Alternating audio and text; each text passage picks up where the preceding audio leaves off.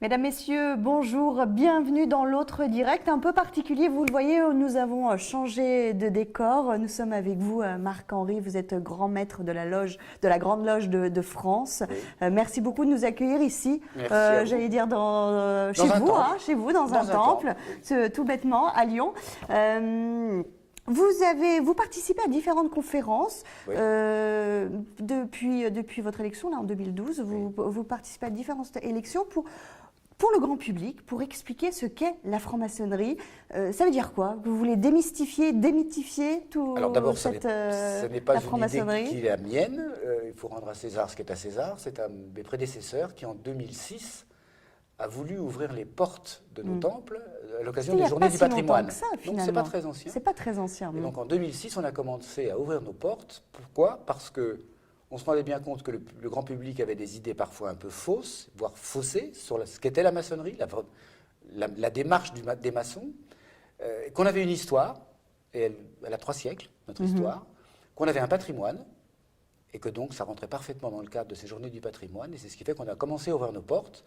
On a donc accueilli le public dans des temples comme celui-ci, plus grand, plus pour petit. leur montrer comment ça se passait. Pour leur montrer ce que c'était qu'un temple, oui. les symboles qu'on y trouvait, leur expliquer évidemment comment fonctionnait un atelier, une loge, pourquoi ça fonctionnait de cette manière, qu'est-ce que l'on cherchait à faire en maçonnerie, et ensuite, évidemment et surtout, répondre à leurs questions.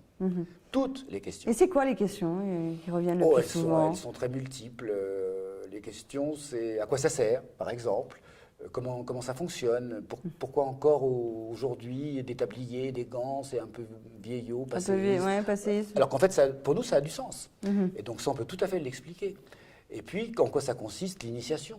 Parce que le mot est un mot, et qu'est-ce que ça signifie derrière? Et donc les questions sont celles-là, ou alors sur des symboles. Par exemple, celui qui est derrière nous, cet œil au milieu, oui, vous dites delta, mais pour beaucoup, j'ai entendu parfois, qu'est-ce que c'est que cette pyramide? Et je me retourne vers le public en leur disant, dites-moi ce que ça évoque pour vous. Alors j'entends parfois l'œil de la conscience, me dit-on, Dieu pour d'autres. Donc il y a une multitude de réponses, et je leur dis, ben voilà, vous venez d'avoir votre premier cours de symbolisme, parce que c'est exactement ça. Qu'est-ce qu'un objet, un symbole, nous évoque au moment où on réfléchit dessus, et on va découvrir au fil des années que la réflexion va s'enrichir, et que ce qu'on y avait perçu ou cru voir le premier jour n'est pas tout à fait ce qu'on verra 10 ans plus tard. Ce n'est pas une forme pour recruter des gens? Ah non, recruter, parce que c'est très difficile d'y rentrer. C'est un mot effrayant. Oui, en plus un mot. Non, c'est pour transmettre. C'est pour transmettre. Transmettre un patrimoine, transmettre une histoire, transmettre des valeurs, parce qu'il y en a, et de grosses valeurs sociétales, derrière l'idée de la maçonnerie, parce qu'à l'origine, ça se passe dans les îles britanniques, hein, et ils sortent de guerres, mais épouvantables. Et la maçonnerie veut rassembler des gens qui ne se seraient jamais rencontrés autrement, dans d'autres circonstances, et c'est toujours vrai aujourd'hui, et dépasser les clivages.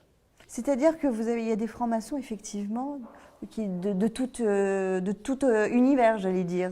La loge idéale. On a l'idée qu'il y a une certaine élite dans la franc-maçonnerie. Avec des professeurs, des juges, enfin voilà, c'est un peu oui, il y en a. Aussi. Mais il n'y a pas que ça. Ah non, il n'y a pas que ça. Relisez le poème de Kipling, Ma loge mère, qui est une pure merveille parce qu'il montre bien ce qu'est une loge bien construite, bien faite.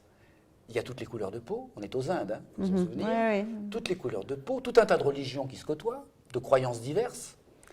Et il le dit d'ailleurs dans son poème, dehors c'était bonjour, salut, monsieur, salam, dedans c'était mon frère et c'était bien ainsi. Et c'est ça le fond du fond, c'est de reconnaître l'autre, quel qu'il soit, avec toutes ses différences, y compris son statut social, comme un frère. Alors à Lyon, il y a une grosse, je veux dire, peut-être communauté, c'est peut-être un bien grand mot, mais une grosse place de la franc-maçonnerie à Lyon. Vous avez une vingtaine de loges. Ici, nous avons une vingtaine de loges. Pour vous, dans votre obédience, pour votre obédience. Mais qu'est-ce que ça représente pour Lyon? Lyon, c'est un centre historique de la maçonnerie. Pas la maçonnerie écossaise que nous pratiquons, nous, de rite écossais ancien et accepté, mais d'un autre rite, Villermoz et quelques autres. Donc c'est un pôle où la maçonnerie s'est enracinée très très vite. Enfin, un orient, nous disons, dans notre langage à nous. Donc oui, c'est un gros pôle, mais il y a eu des mères-loges écossaises, par exemple, dans plein de villes de France, à Marseille, à Bordeaux et dans plein d'autres endroits. Au début, il n'y a pas d'obédience. C'est ça qu'on ne voit pas aujourd'hui. Au début, il y a des loges. Il y a des loges, oui. Qui un jour vont décider de se réunir, vont en créer d'autres. Ça va devenir des mères-loges, celles qui en font de nouvelles. Et puis un jour, on va se structurer petit à petit au fil du XVIIIe siècle. On a l'impression quand même, enfin, notamment vis-à-vis de la franc-maçonnerie, j'ai l'impression que soit on aime, soit on déteste. Et on Soit ne sait on pas est pourquoi. vraiment, voilà, parce